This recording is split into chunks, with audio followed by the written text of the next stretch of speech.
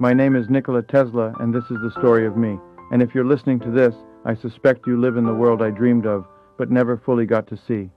They say I was born during a thunderstorm, lightning crashing as I entered the world. The midwife called it a bad omen, but my mother whispered, "No, he will be a child of light." I was born in 1856 in Smiljan, in what was then the Austrian Empire. My father was a priest and a writer. My mother, though never formally educated, was an inventor in her own right. She built household tools and had a memory sharper than any machine. I, too, saw the world in patterns. I could memorize entire books. I visualized my inventions fully, turning them in my mind like sculptures. No need for blueprints. As a boy, I once saw an illustration of Niagara Falls and told my uncle, "One day, I'll harness the power of that water." He laughed, but I meant it. I studied engineering in Austria and Prague, but I never earned a degree. Illness struck me down many times. Visions, hallucinations, blinding flashes of light. Doctors feared for my mind, but I knew it wasn't madness, it was insight. I became obsessed with energy, how it moved, how it could flow not just through wires, but through the air. I knew I was meant to unlock it. In 1884, I arrived in New York with 4 cents in my pocket and a letter of introduction to Thomas Edison.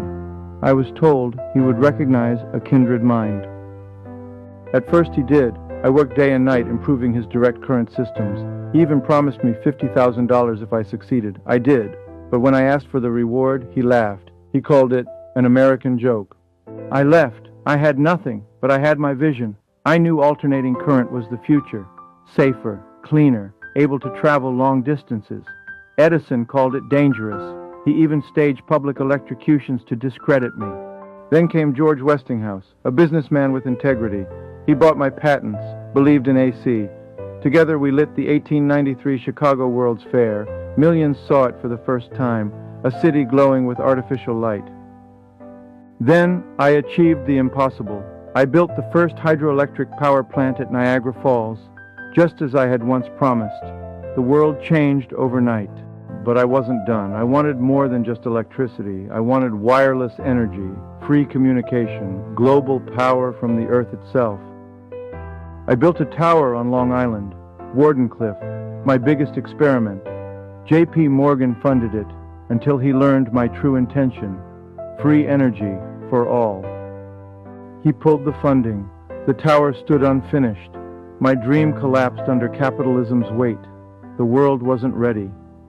As years passed, I isolated myself, still inventing, still writing, but ignored by the press and forgotten by the public. I turned to the pigeons in Bryant Park. I fed them every day. One of them, pure white, I loved as one loves a human. I said that when she died, the light in my life went out. I rejected wealth. I lived in hotel rooms, racking up debt. Meanwhile, others grew rich using my inventions, wireless transmission, remote control, radio, all built from foundations I had laid. I died alone in 1943 in room 3327 of the New Yorker Hotel, penniless, forgotten. But not anymore. You carry me in your pocket, in your phone, in your Wi-Fi, every signal, every current, and every wireless wave. They tried to erase me, tried to bury me beneath names with louder voices and deeper pockets. But I don't believe in fame, I believe in ideas, and ideas do not die. My name is Nikola Tesla, and though I walked through this world as a man, I dreamed as if I were a god of light. Now the light is yours. If my story sparks something in you, subscribe, not for me, for the dreamers yet to be remembered. For more stories you might like this one here in the top left-hand corner. Goodbye.